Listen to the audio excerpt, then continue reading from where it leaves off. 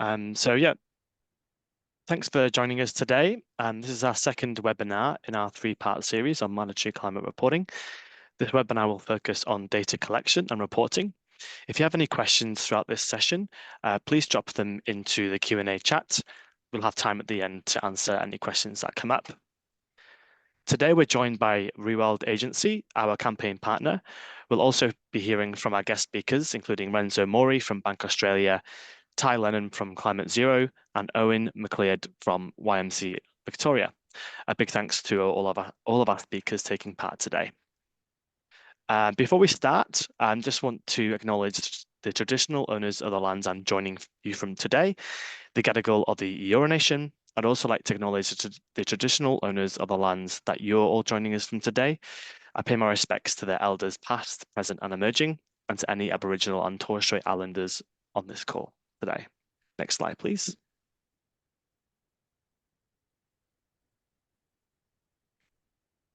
Next slide, please, Abby.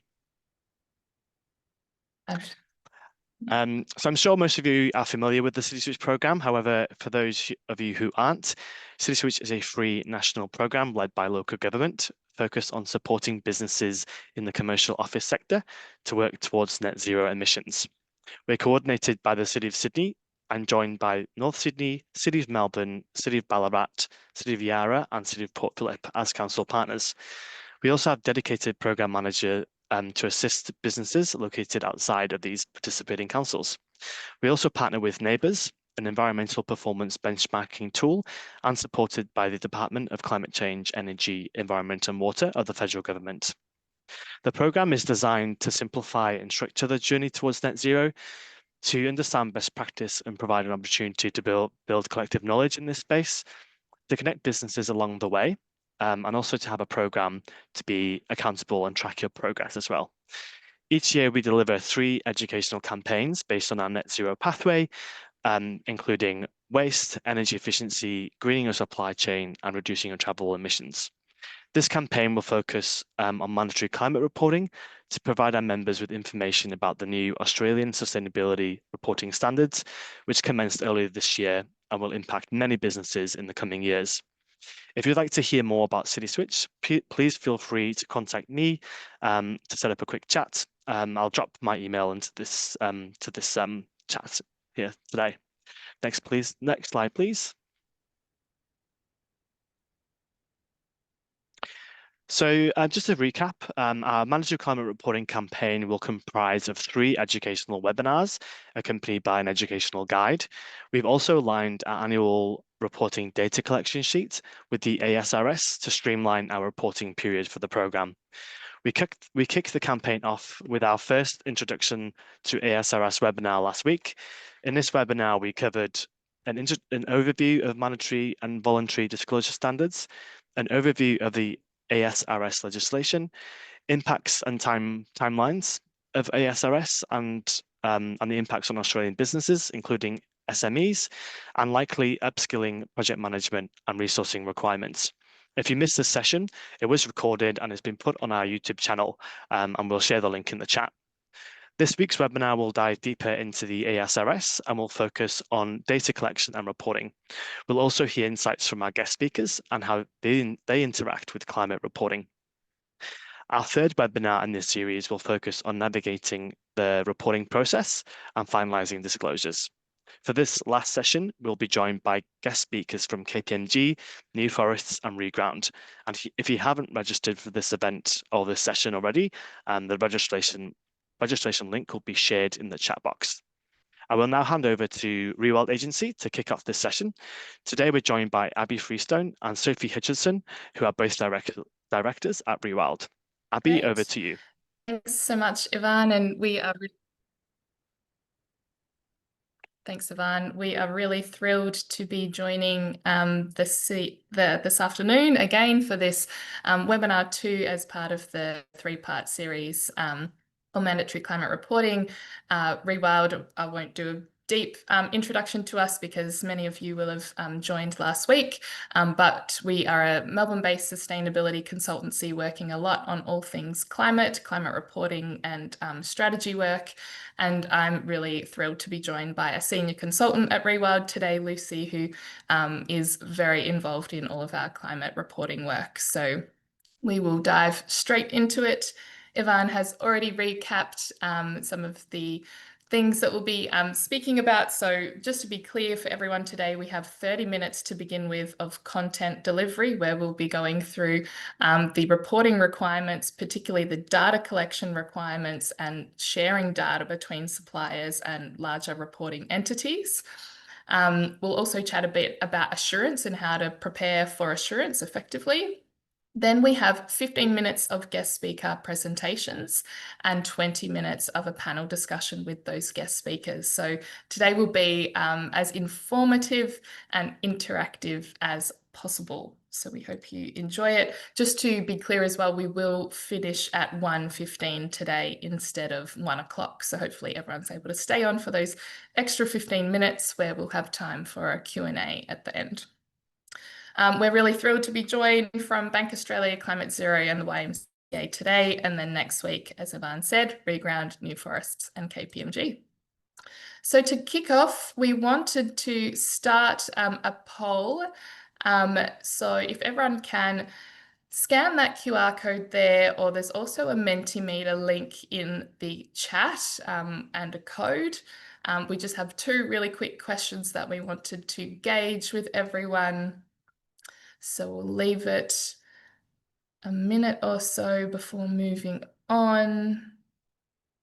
We're going to hope that everyone has got that link now, and if not, then you can find the version that is linked in the chat. So just quickly, the first one, we want to know who attended last week's webinar or if you have watched the recording. Great. So I can see most people were on the line last week, or you've already watched the recording, and that's really good. If you haven't yet watched the recording, we have just put that link in the chat as well. So we do encourage you to do that, because that was where we just went through, the fundamental sort of introduction to climate reporting, what it is, how it links with financial reporting, and very top level introduction to the ASRS as well. The next poll quickly is just wanting to understand the different roles within the organisation that you work for. So we're interested to know if you're on the leadership side of the business, within finance, sustainability, procurement, or another perhaps operations or customer focused role.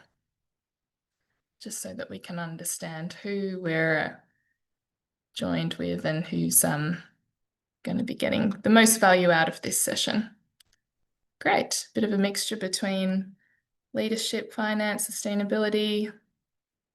Great. That's really helpful.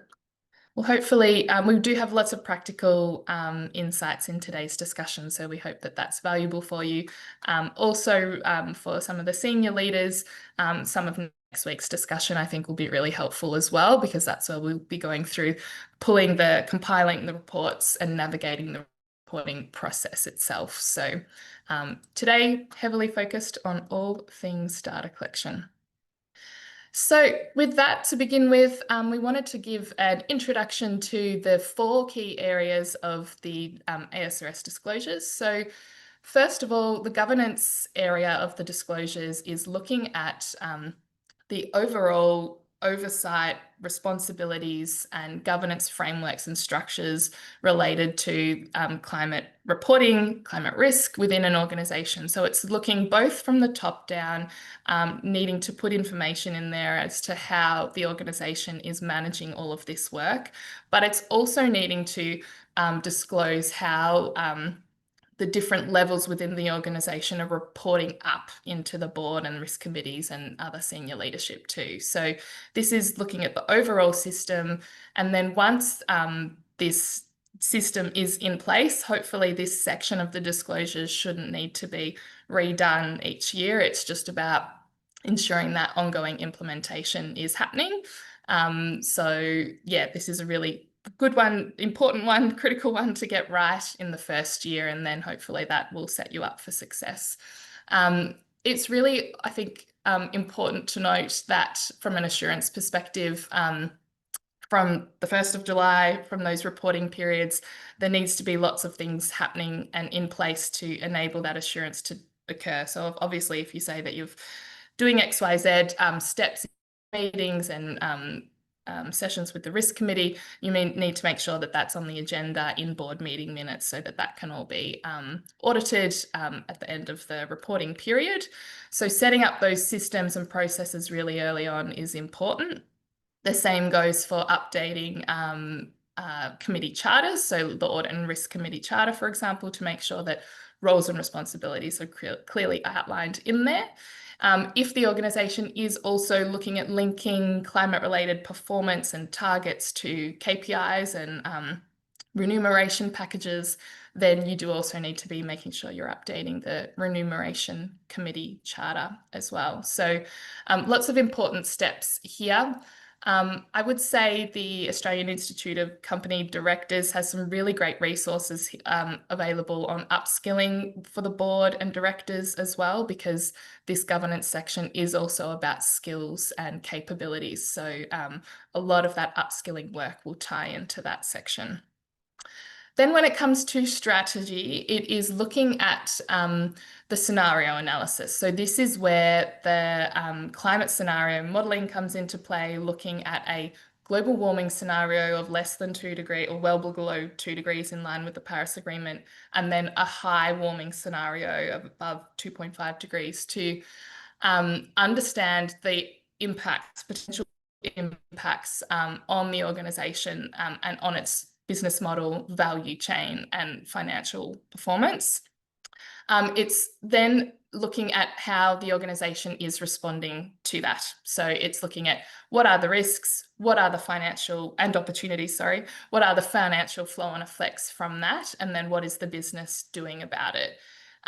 Importantly, this is not all in when it comes to strategy. I think people just immediately think, okay, emissions reduction strategy, bringing the footprint down. That's not necessarily what this is about. This is about adaptation, climate resilience, transition planning from a business model perspective, from a financial resilience perspective. It may overlap, of course, with the reduction strategy, and that ties in more with the metrics and targets section. But this is really, specifically related to how the scenario modelling is going to affect the business. This is also looking at both physical and transition risks. So it's looking at physical potential impacts of increasing climate variables and severe extreme weather events on your assets, but also on your supply chain and disruptions to your supply chain. Then looking at risk management, this one a little bit more straightforward because it's talking about the processes. So the processes for how you identify, assess, prioritize and monitor those risks. And so this is talking about how the scenario analysis has been done, basically, whereas the outcomes, the impacts of the scenario analysis, the findings from that would be sitting in that strategy section.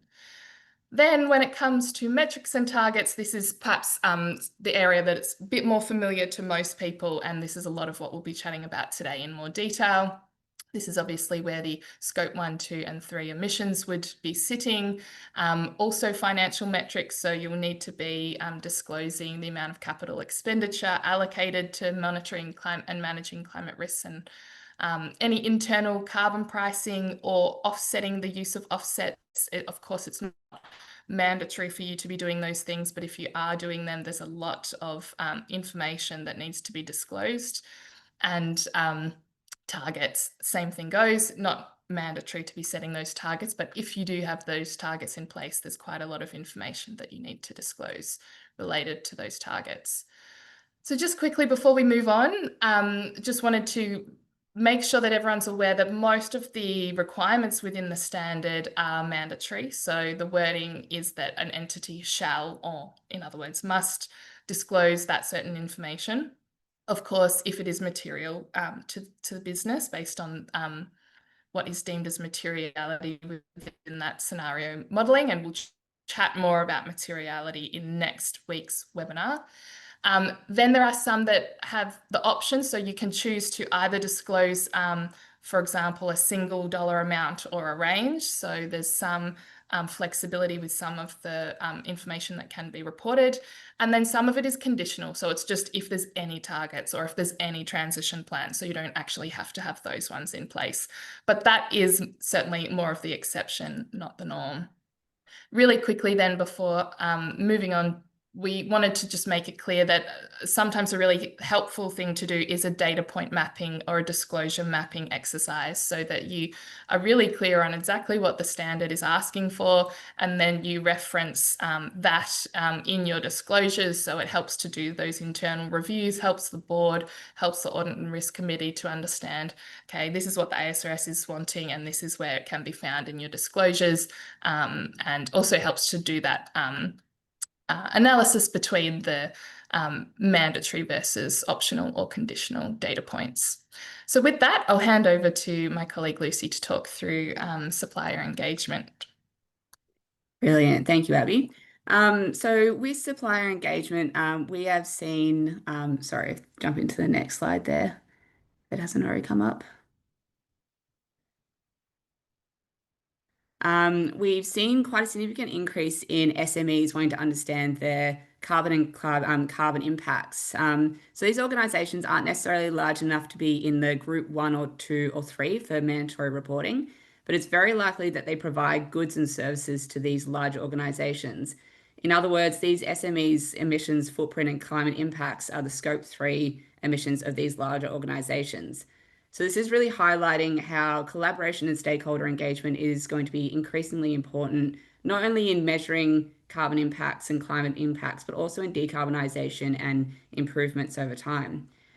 So some of the things to be considering from a data collector or a larger organisation perspective is when starting the stakeholder engagement, prioritising those stakeholders who are responsible for the largest emissions within your boundary.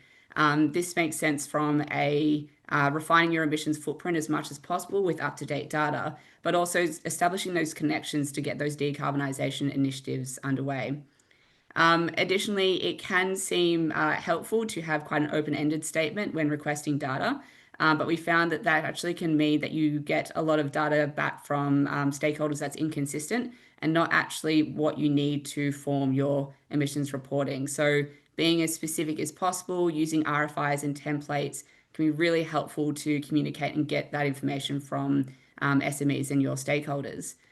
Additionally, when it comes to SMEs and small organisations, a great thing to be doing now is to starting to understand your emissions footprint in accordance with the Greenhouse Gas Protocol and establishing a basis of preparation, which is essentially a document that provides an overview of your methodology. This is especially important for the services that you provide and any goods that you provide, which is the information that will be likely to be requested from you. This information is often really great to be presented as an intensity metric. So this is a way that you present your emissions data against a metric that is relevant to your business operations. This can include emissions per dollar spend if you're a professional services provider, emissions per kilometres travelled if you're a transport provider, or emissions per unit good of a sold item. So it's a great way for you to communicate to clients the emissions related to using your goods and services, but also to measure your own footprint. An example is up on the screen here with a hypothetical professional services organisation. It had a revenue of $2 million a year, and it measured that it produced approximately 2,000 scope 1 and 2 emissions per year. Using that metric, they can deduce that they produced about 0.001 tonnes of CO2 per dollar revenue. This metric, when provided to their clients, they could use that, the client could then use that to estimate the emissions from using their services. So if an organisation used services that were worth $20,000, they could model that they would therefore have produced 20 tonnes of CO2 from that service, and that would be captured in their scope 3 footprint. An important thing to note with intensity metrics, as with the example on the bottom of the table there is the possibility that that information can be used to reverse engineer to determine total revenue or total units sold of goods or something along those lines. It's quite possible that this information is already publicly available based on your own reporting, But it's also just something to note in terms of being aware when providing an intensity metric if you want to have a mechanism such as an NDA or other agreement with your clients if you don't want that information to be disclosed publicly. Or if you're comfortable with that as well, you can also have that agreement, but just acknowledging that that information can be used from an intensity metric. Just onto there we go. With timeframes, so end of financial year and start of financial year are a very busy time for everyone, really. And with mandatory reporting, there's a focus on not trying to make that time any busier than it already is. So with reporting, we're really focusing on moving away from summarizing annual reporting once a year and at least going to quarterly reporting. So summarizing your emissions in Q1, 2, and 3, and then in Q3 actually forecasting your Q4 emissions. This means that for the 3 months from April onwards, you can focus your time on assurance, engagement, and refining your emissions to reduce the amount of pressure and restraints during that time period if you're seeking assurance and other processes. The Q4 data can also then have an option to be reconciled at a later date when actual data has become available. With this time frame, it's also important to note, so the national greenhouse gas accounting factors, which are used for NGUS reporting, but are also used by a lot of entities for reporting in Australia, that usually comes out in August, which is a very difficult time frame if you want to be reporting earlier than that. So just a bit of a watch this space in terms of how the release of those emission factors will be used by entities for reporting and whether timelines will adjust with those announced to account for the news restraints with the annual reporting. So jumping into assurance readiness. Assurance on climate disclosures ensures that they're utilized and held in the same regard as financial disclosures. This is especially important as we acknowledge the relationship between climate performance and financial viability of organizations. Some things to expect include that auditors are likely to look at risks to the continuity of processes. So the ingrained processes and systems that are in place to ensure that organizations can have consistent and reliable year-on-year analysis of data. A good test of that is if a key team member left, would you still be able to do the processes and systems as you did the previous year?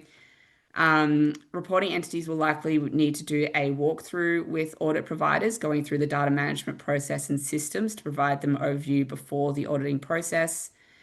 Auditors will likely want to see the emission factors, make sure they're relevant and up to date, and will likely ask for more information and evidence and detail on the emission sources that are most significant to the reporting entity. And finally, a basis of prep will need to be developed, which I mentioned previously. So this is a methodology document that goes through each emission source and highlights the process from data collection to reporting. So that includes the data source, the specific calculation methodology, any assumptions, any conversions that occur, and again, the emission factors. So there's still some areas of uncertainty when it comes to auditing. That includes specifically the level of information and documentation needed and the key differences between limited and reasonable assurance. Before I jump into that, I will mention up on the screen here, there's a couple of the standards that are readily available, including the IAASB, which is basis for ASA 5000, and also AUASB. While it may not be some people's ideal evening reading to look at these standards, they are readily available and they can provide a lot of quite direct information that can help with understanding what is required of you. So I encourage everyone to look out these standards, download them, and have a read. They provide a lot of guidance of what is expected. So with limited and reasonable assurance, so there's some similarities between the two. So they're both used to provide confidence to users, including investors and regulators, about the reliability of climate disclosures. They're both undertaken by independent auditors or assurance practitioners, and they both involve a series of inquiries, document reviews, and testing of evidence, but they just have different levels of depth required for those. So the key difference between limited assurance and reasonable assurance is the level of confidence being conveyed and the risk tolerance, and therefore the amount of information that the auditor will be required to review. For limited assurance, that can be seen as similar to a financial review. So it accepts a higher level of residual risk, and it provides a bit of a moderate level of confidence in the statement. A key thing to consider is that it has a negative conclusion. In other words, the auditor may state that there was nothing from the assessment that precludes or has identified as significant to the reporting process criteria being fair and accurate. In contrast, reasonable assurance is more detailed. It's more of a financial audit. It accepts a lower residual risk, and therefore there's a higher burden of evidence and a high level of confidence in the audit statement. In contrast to the negative opinion, this has more of a positive opinion. In other words, it may align with wording that's more of a confirmation or an endorsement from the assessment that the systems and processes are fair and accurate. So the main difference between these two is regarding the level of risk and the amount of confidence and the amount of information that the auditor will need to see and test to be confident with making statements regarding those. Some good ways to start understanding how ready you are for assurance is using the characteristics criteria up on the screen here. So these are from ASCE 3000, but also ASA 5000. And these provide great guidance and principles for you to apply to assess your current methodology. So these include relevance, so that the outcomes of your reporting process is relevant to the voluntary or regulatory requirements, and also that you've used appropriate standards and guidelines for developing it. Completeness, which I think will be quite a tricky one for a lot of people. This is ensuring that all the emissions relevant in your emissions boundary have been collected and all the activity data has been collected for the assessment. Reliability, that's that the calculation methodology and processes put forward are consistent and accurate, especially when it comes to the ability for year-on-year reporting. And you've got general clear processes and systems so that you can be confident in the methodology put forward. Neutrality, so the methodology and process is unbiased. So this relates especially when it comes to assumptions made in the process, data collection, and the reviews and verification that you might have applied. And finally, understandability. So can other people, such as auditors, understand your process? And does the reporting process produce information that is understandable to the key stakeholders who will be wanting to use the information? You can apply these principles throughout the data collection process, all the way from initial data collection to reporting. Just on the screen here is an example of a hypothetical organization that was focusing on completeness when it came to data collection, processing, and consolidation, ensuring that they've got all the activity data and all the emission sources. Additionally, they've emphasized relevance in reporting to make sure that what they're actually reporting from this process is relevant to who wants to use it and any other additional requirements they have for reporting. When you compare the principles to the timeline, you can then develop a pre-assurance traffic light system. This can be used to essentially assess your process throughout process against these principles to identify any gaps or any weaknesses for readiness.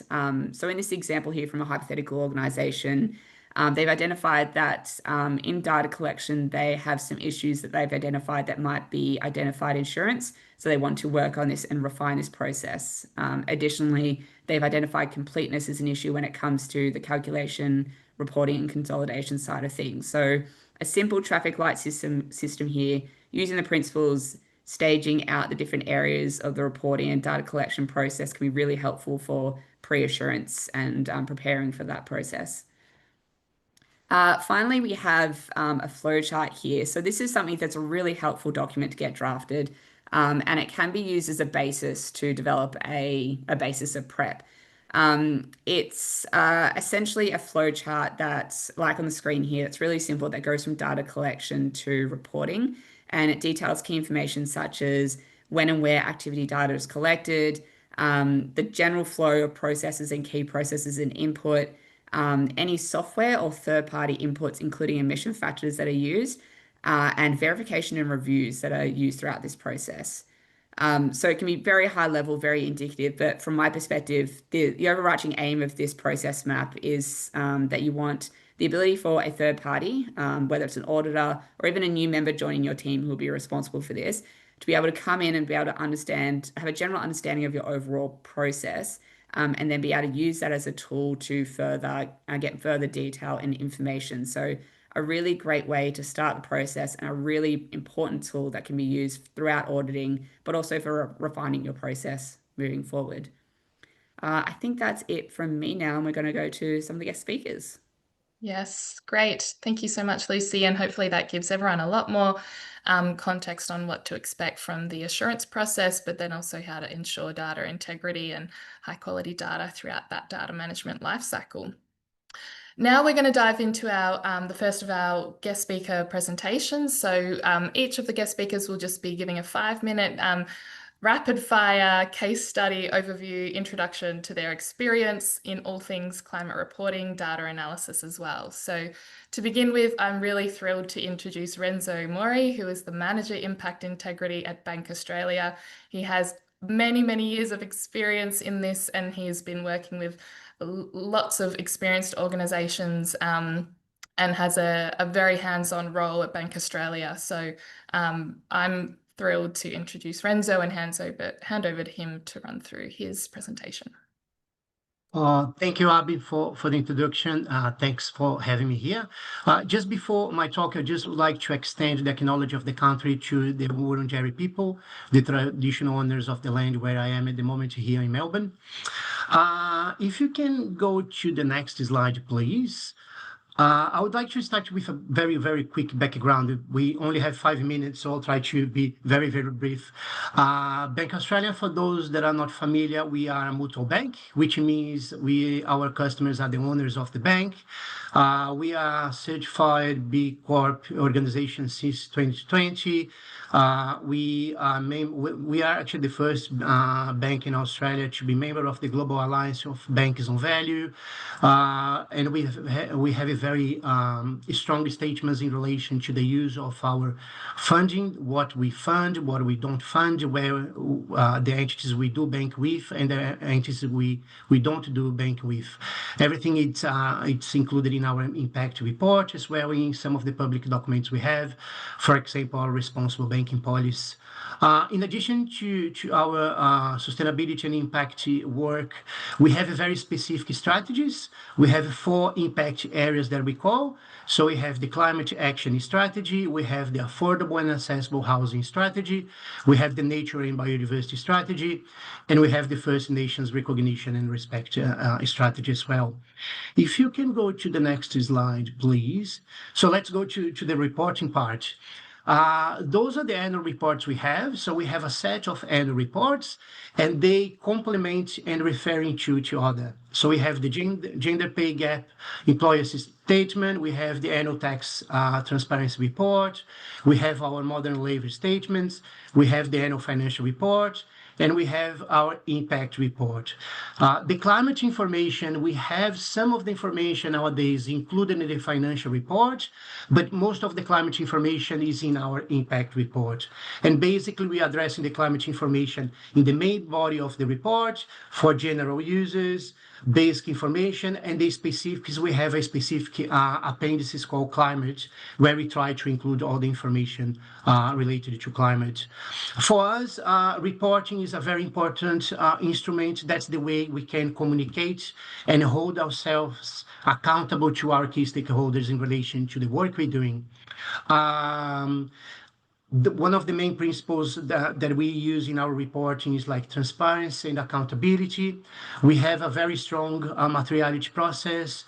Since last year, we have been using the double materiality approach. And basically, the materiality help us not only to engage with our key stakeholders, but also help us to understand what exactly the material topics we have to address in our reporting processes. When we're talking about the report itself, basically we have two big buckets of information, let's call the way. One is what we call qualitative information. So basically case studies, narrative around our strategies, our governance structure, the programs we have. But we also have the metrics, which is the quantitative part. For example, in our materiality assessment, for every material topic that we identify, we have specific KPIs and metrics linking back to that material topic to explain not only what we're doing, not only the narrative, but actually in numbers and metrics, are we actually achieving what we're planning to achieve? In relation to the standards, we have different standards that we're using. So GRI, TNFD, and although the climate standard became mandatory this year, since last year, we have been using the draft version to guide our climate disclosure. In relation to the claims and data governance, I think a lot of people is pretty much aware of some of the ACCC work on greenwashing. And I just would like to highlight here, this was a study published, I think, 2 years ago. And it's just for us to understand the risks involved when we're talking about sustainability. Sustainability claims, the quality of the data we have, the governance of the data we have, in everything we report. I think it's very important for everyone to be aware of good practices. And I think the biggest issue is when we're talking about financial reports, it's a very mature environment, right? You have financial information being collected and being audited by external entities for many years. So the level of the controls you have in place, the level of the structure you have in place for financial information, I think it's much more advanced than what we have in the sustainability and climate information. I think we are improving with sustainability and climate, but there is still a big gap that we have to understand. And it's very important to have this good governance and look at the data integrity for different risks. We're talking about greenwashing, reputational risk. So there are a lot of issues behind having a very good data governance in the strategy. When we're talking about data strategy, few bullet points there, just to give an idea. One of them is the proportionality principle that was mentioned by you guys before. So it's very important to understand what is actually material for you to have resources in place and actually have a good strategy to get a good data, rather than try to go in every direction and employ a lot of resources and information that might not be relevant for you. Data governance, basic principles like who is the data owner of that specific information, who is responsible for that information, what's actually the definition for that information. You have to have these basic principles incorporated when you're collecting data. Technology, the use of technology is something that can help out, both in-house platforms or external platforms that helps not only to the collection of the data, but to the security as well. Some of the information you'll be using, it's important to have security over, especially when we're talking about, I think that will sound familiar to a lot of people. Sometimes you're collecting data for climate and you ended up calling people, receiving numbers by email, looking at the invoice. So there are a lot of manual input, and the technology can help us out to avoid these issues. Data principles, as was said, collection, storage, and security and use of the data is always important to consider the data principles in those stages. And when talking about data quality, some of the principles was mentioned before: accuracy, completeness, consistency, timelines, and validity are some of the main principles that are very important to consider.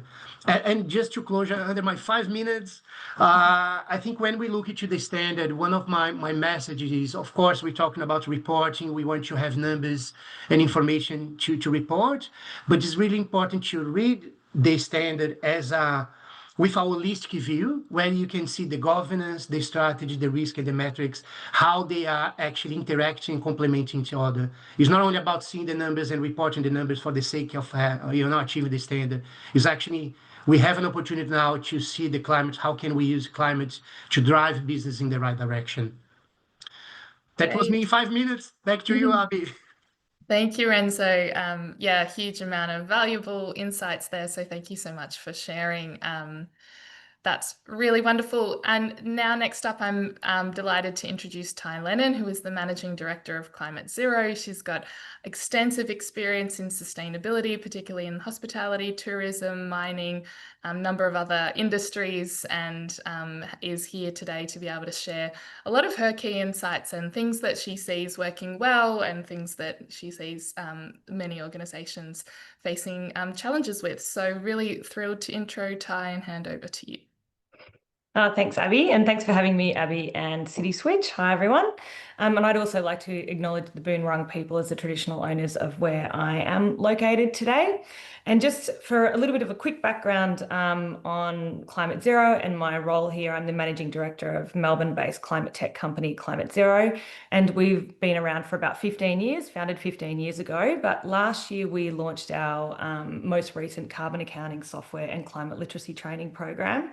And from our time in this industry, working with lots of different organisations, we really believe that the most important thing to support organisations on this climate reporting journey and helping them with their emissions reduction strategy is to provide really easy to use tools and resources that are not just for people who work in sustainability. So we know that not every organisation has a sustainability resource, so they need to be quite accessible for everyone in the organisation to try and embed this work throughout an organisation.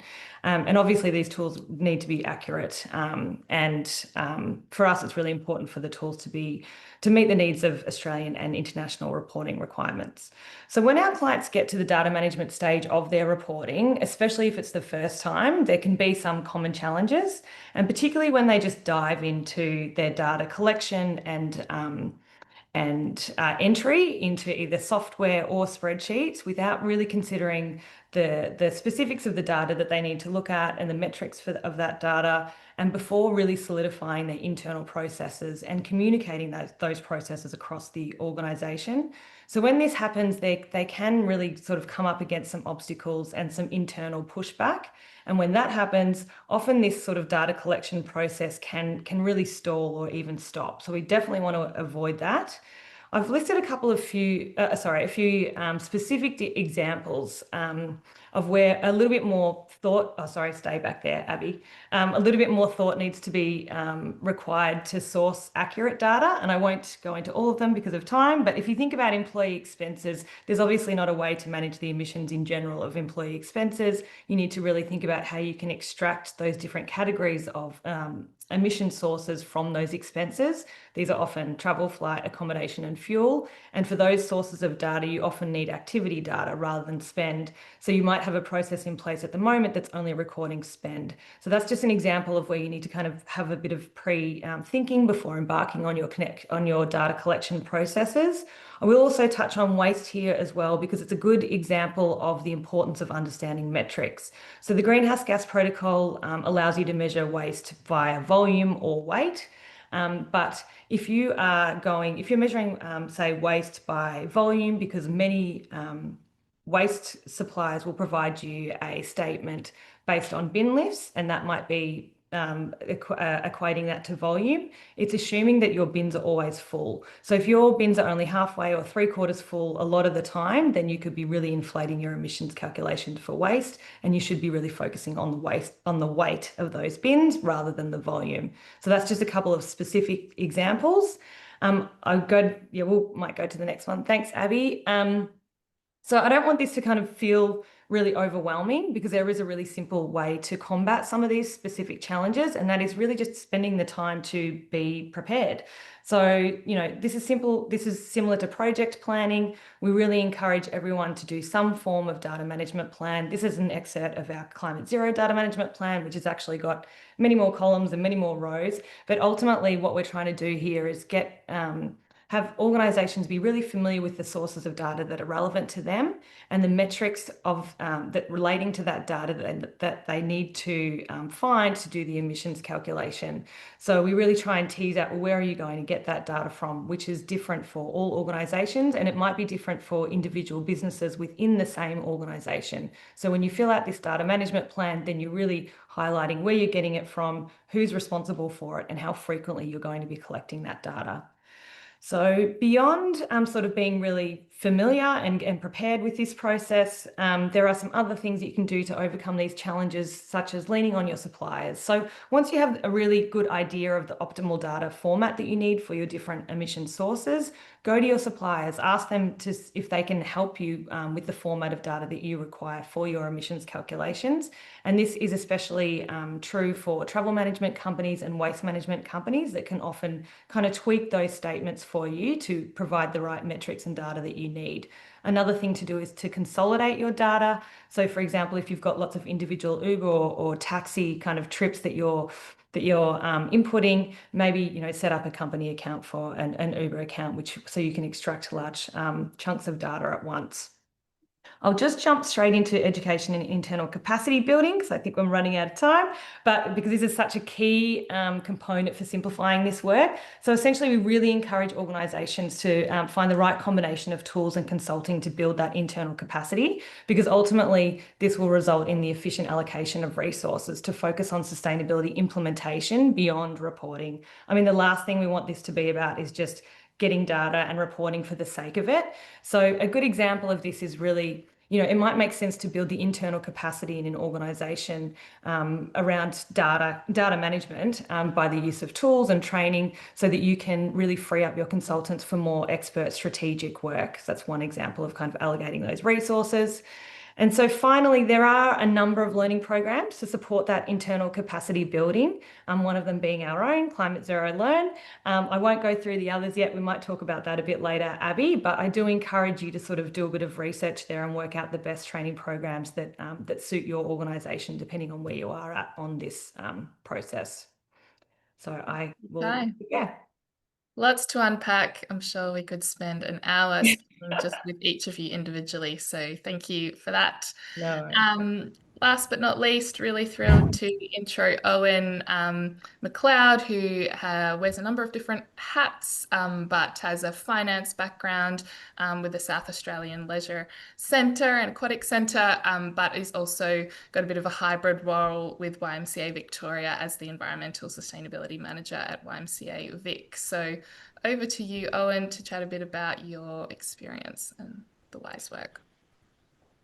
Thank you very much, Abby. And I too would just like to pay respects to the traditional custodians of the land today among the lands of the Wurundjeri people of the Kulin Nation. Pay respects to elders past, present and emerging. Look, thanks for your time, guys. Really appreciate it. I'll keep it short and sweet.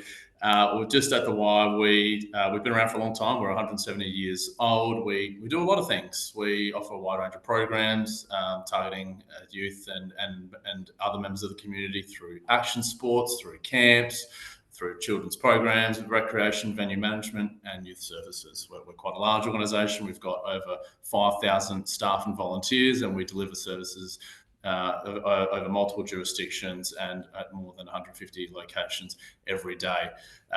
We're a for-purpose entity. We're big on community wellbeing, just world, meaningful work, but also, and more importantly for today, is sustainable planet as well. And that's where we come in.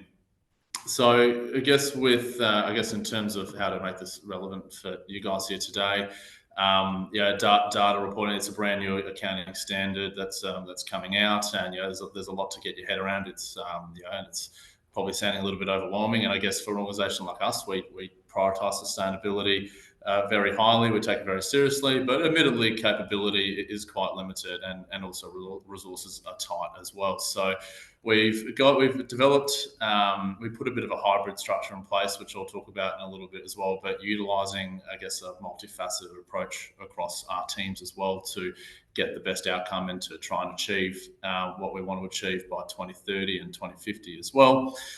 It started a long time ago as well. If you could just jump back one slide, if you don't mind.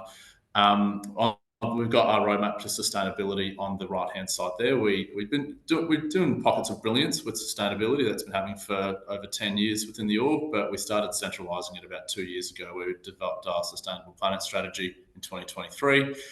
A year later, we completed our carbon audit, our carbon footprint for all sectors around there. We took stock of absolutely every emission, and we worked out what our carbon footprint was and what was driving that. We've devised a carbon reduction plan to to offset those emissions and get that down to carbon neutral net zero by 2050 in line with the Paris Agreement, the federal government's commitments. And we're now at the stage where stage 4, where we're just about to roll that out into operations as well. So again, we've got pockets of brilliance around the organisation, and we want to make sure that the rest of the organisation comes along for that journey as well. And really important that we measure what our emissions are, and we keep up to date with it at least once a quarter. You can't manage what you can't measure. So again, that carbon audit is really critical, and as well as taking stock of your emissions, as the guys had mentioned just before as well. Just jump to the next slide, please, Abby. So the way we've structured it, again, with limited resources, limited capability, how are we tackling it? Well, we've got our board, who are ultimately responsible for the governance of the organisation, given we're an incorporated model. We've got our Chief Risk Officer, so that's Dan Cothert, who heads up the Sustainable Planet pillar and the environmental strategy in the organisation. You've got myself as the Environment Manager as well. I'm actually an accountant by trade. I work in the finance team predominantly, but getting the finance team involved in your sustainability team is quite a good move, if you ask me. I mean, take the accounting bias out of it. Accountants are really good problem solvers, and they're quite data driven, and also they can develop solutions to tackle what the drivers are. So if you're talking about meaningful change and tackling, measuring your carbon emissions and then lowering your carbon emissions through a multifaceted strategy, accounts, particularly in your financial planning and analysis division, will be able to help with that, and also linking with your procurement teams as well. And it's really important to articulate what the benefits are of achieving that sustainability strategy will bring, how that will generate more revenue, what effect will that have on your customers, and how you can bring the rest of your organisation along as well. So that's where we incorporate our general managers and our shared service team leaders on as well. And probably another one as well with our hybrid approach to help with our data reporting too. We've engaged external sustainability advisors and experts as well, and it's really critical as well to partner with a high quality, user-friendly carbon accounting software as well that is fit for your business's purpose. Next slide, please, Abby. So there's lots of complexities as well, and I won't go through every single one of them, but just a couple of key ones. Again, we've got 5,000 staff. We're across 150 different locations. We do a lot of things from managing running events to managing venues to running childcares to boutique swimming lessons and things like that. Again, with data integrity and looking at the data hierarchy model, some of it's quite simple and straightforward, like looking at your emissions extract from your utility portals and your energy bills. Some of it might be a little bit more abstract as well, and you might have to do some modelling. So, for example, one of our biggest emitters is staff commuting. So how do we motivate 5,000 staff to take a cleaner mode of transport to work every day? Or how can we lower that, but without hamstringing the business operationally too, and getting a win-win for everybody? There's some key considerations that's going on as well, and how we measure that too is quite different. So that might be through staff surveys and looking at modelling and postcodes and things like that too, and then modelling it in line with Australian Bureau of Statistics, for example, to make sure that we've got a sample that's representative of the population and we can trust the emissions that we're looking at as well. And again, that's where some expert consultants in the sustainability field can assist with that process as well. I think that's all I've got for today. But I just want to say thank you very much. And I know there's some questions as well. It was very, very, very brief touch on that, but that's something about what we're doing at the Y. Beautiful. Thanks so much, Owen, and really valuable. I'm sure everyone would agree, getting in under the hood and seeing what it looks like in practice in an organisation such as the Y. So with that, I did just want to ask Ty and Renzo to put your cameras back on and unmute, and just to remind everyone that we are wrapping up today's session at 1:15. So we do have a little bit more time up our sleeve, 20 more minutes. So we'll spend at least the next 10 to 15 minutes doing a bit of a panel discussion with Owen, Renzo and Ty.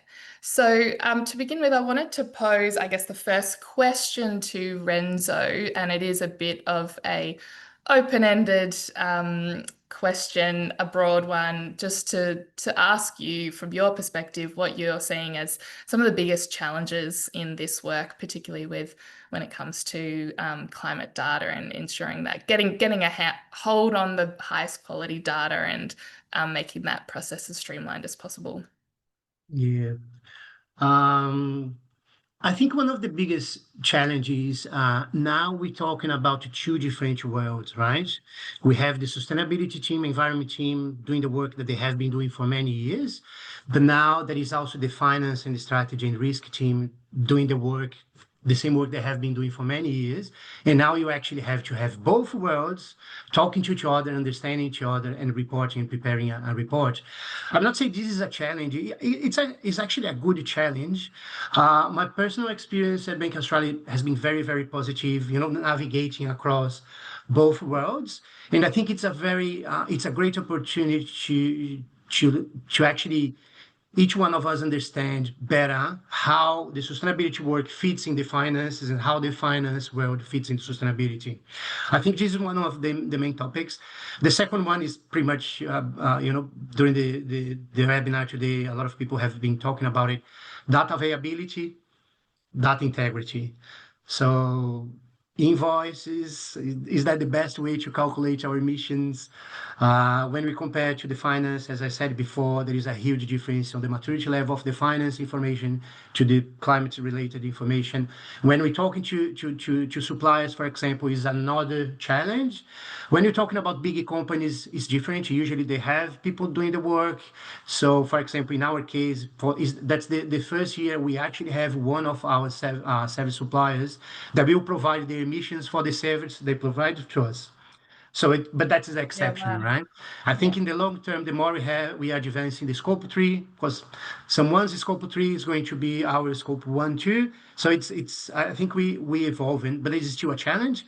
When we move to small and medium enterprises, the challenge is bigger. So I think collaboration, partnership, it's key. And long term, we have to understand this is a long-term process. We will not be able to have everything we want in the first year. But it's good to be sure that we go in the right direction, and we will be influencing our key stakeholders to come together in that journey. Great. And how are you then navigating that engagement with the supply chain, and particularly some of the smaller ones that you said it might be more challenging for them to be able to give you the data that you need? How are you helping to bring them on that journey? Is it, I guess, laying those expectations really early on ahead of time so that they have ample notice, or how are you managing that? I think the better you do the planning, the easier it will be for you, because sometimes it's not only asking the information. You cannot just come up, oh, please send me the energy consumption that you had for the last 12 months. Yeah. They have to understand the context. You have to understand their context, and you actually have to work together. There is no one solution that will fit for every supplier you have.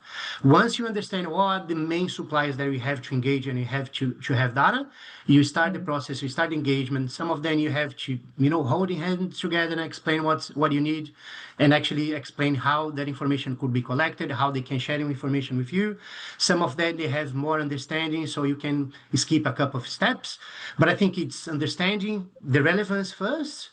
Second, understanding their context and try to work together, and how you can have some of them, you can provide some specific forms that you can fill up, you provide the definitions. Some of them you actually have to work together with invoices, for example. Yeah, got it.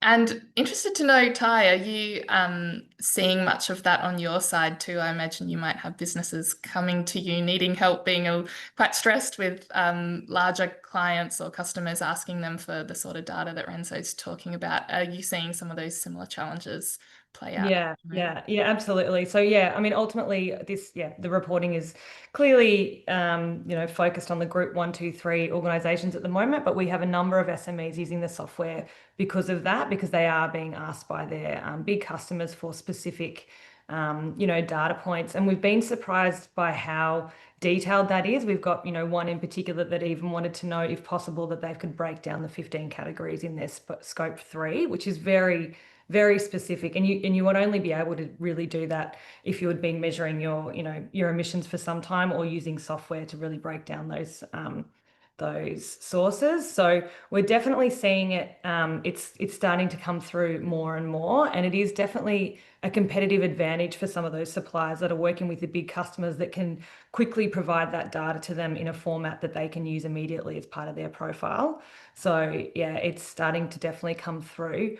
What I will say with the suppliers as well, and definitely just echoing everything that Renzo is saying, with bringing them along the journey and really understanding who those top suppliers are that you can engage with, and help them through the process. And as far as kind of setting the context, I think again it's just really important for this to be put in context of how we got here and what we're trying to achieve, rather than this being just about data, spending spreadsheets and getting numbers back. It's like, what are we actually trying to do here? Just to zoom out a little bit and bring the suppliers along that journey as well.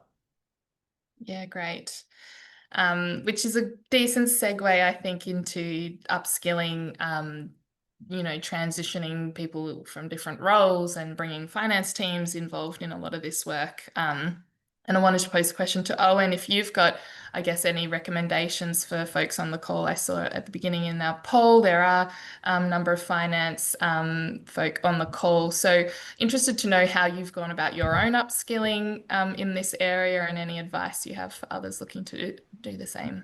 Yeah, sure. And probably just to preface as well, I've come into the role with absolutely or very little environmental credibility as well. I mean, we've helped a little bit here and there with some projects on the ground in some of our sites in other states, but it's true. There's lots of information out there. You can do some searching. You're trying to look up the accounting standards and the new standards that we talked about with IASB and IFRS, and trying to hard to read through that as well. So even just people in the industry as well, engaging with sustainability advisors, even if it's just for a once-off or for the short to medium term as well, while you build your capability up, or if you want to partner with them long term on a retainer sort of arrangement, that can be quite not only an economical but also quite an efficient way as well, to make sure you're partnering with people who are at the forefront of the industry. And so many questions that I've had in my experience about, well, who can best garner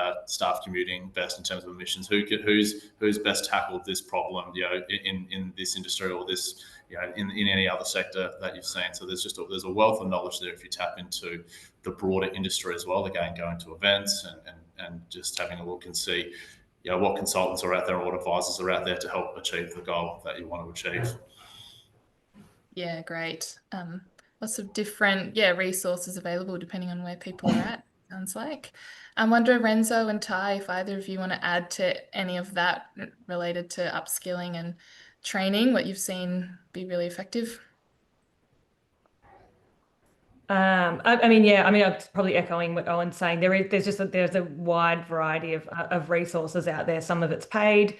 There are some accredited courses, but again, sort of leaning on those internal resources that you have in your business is really important to get the context that's relevant to what you're trying to do before kind of reaching out externally. You'll be surprised by how much insight there is internally. And I think it's also really helpful to create sort of working groups and build that community internally so that everyone is learning together. But there's more and more resources coming to light now about the specifics of the Australian mandatory reporting, but there is already a lot of kind of general sustainability resources out there. And what I would say is, we're talking about climate specifically today, but sustainability is really broad. So if you've got people in your business that are interested in a particular part of sustainability, help them explore that maybe it's circularity, or it's the social impact, or the diversity, equity, and inclusion. There's a broader kind of sense of education option out there too. Yeah, amazing.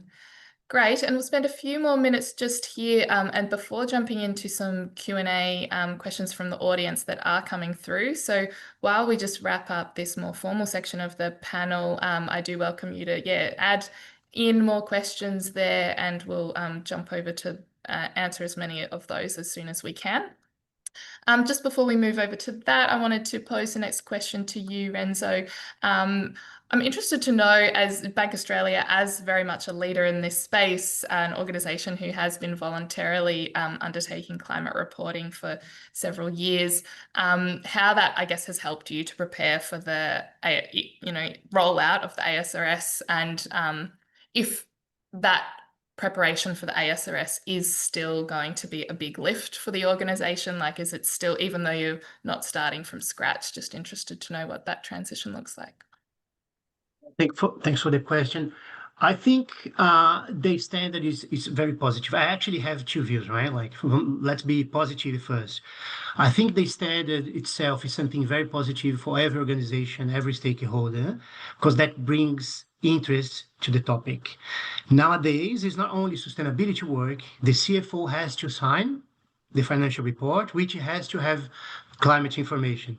So the level of importance of this type of information is much, much higher now. Personally, in the bank, we have been talking about these issues for many years. When I talk to my sustainability peers, I always make a joke around that for us.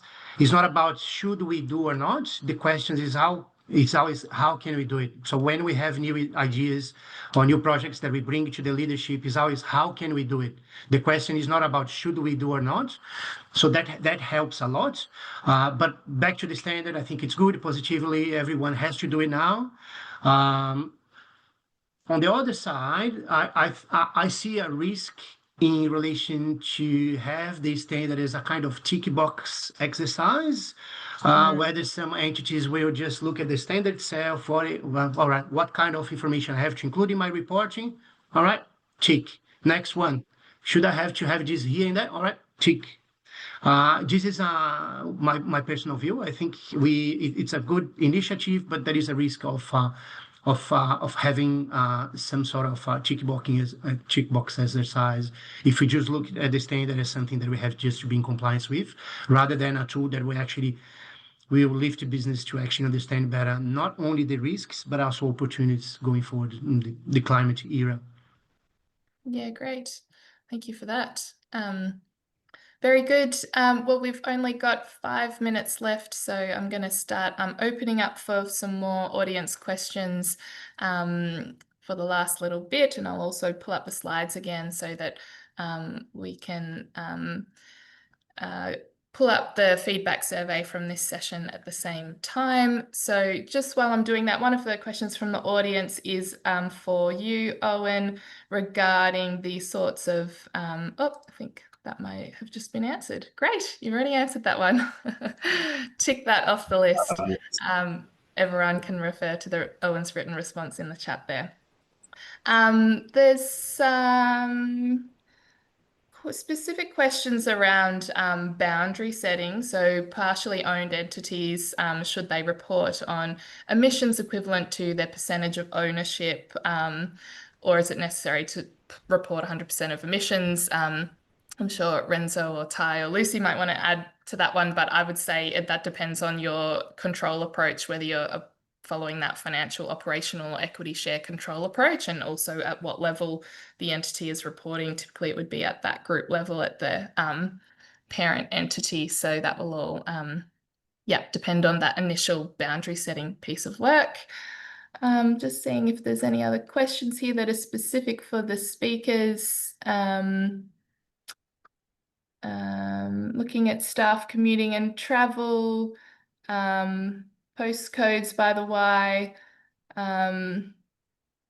Yeah, so that was, again, there's another specific question there related to how that is assessed. And I think, as Owen, you were saying before, that's a bit of a hybrid approach. I think we can, not sure if there's anything else you want to add on that one.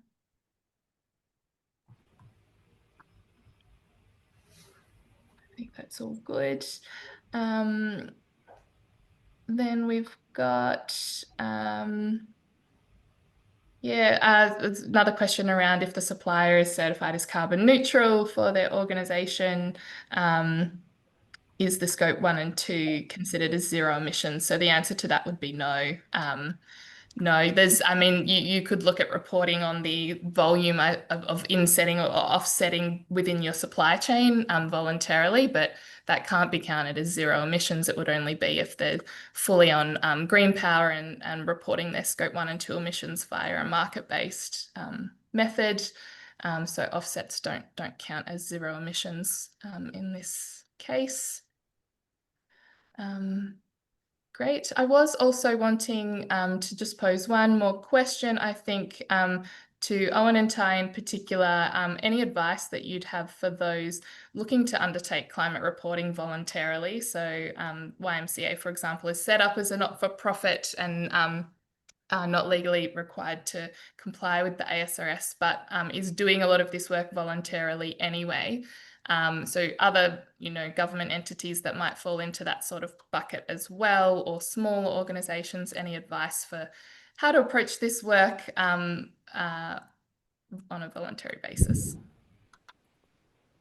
Yeah, I mean, I'm happy to sort of kick off from a high level, particularly with SMEs. I mean, firstly, I very much encourage all organisations to start in this reporting, because if you're not, if you're not directly required to, you're likely to be asked for the information soon from one of your customers. So I just think, sort of following on from what I was talking about with my data management plan and different things, is just spend some time in that preparation to understand where you're at the moment, but don't let perfection get in the way of progress, and just try and understand what there's a data hierarchy that you can follow, and just start with where you're at. So if you don't have access to activity data at this point, that's okay. Just start with your spend-based data, start with some model data or some estimates that you can find from your industry perhaps. But I guess the key message is to not be afraid of this process, and just get started, and just make those incremental changes where you can.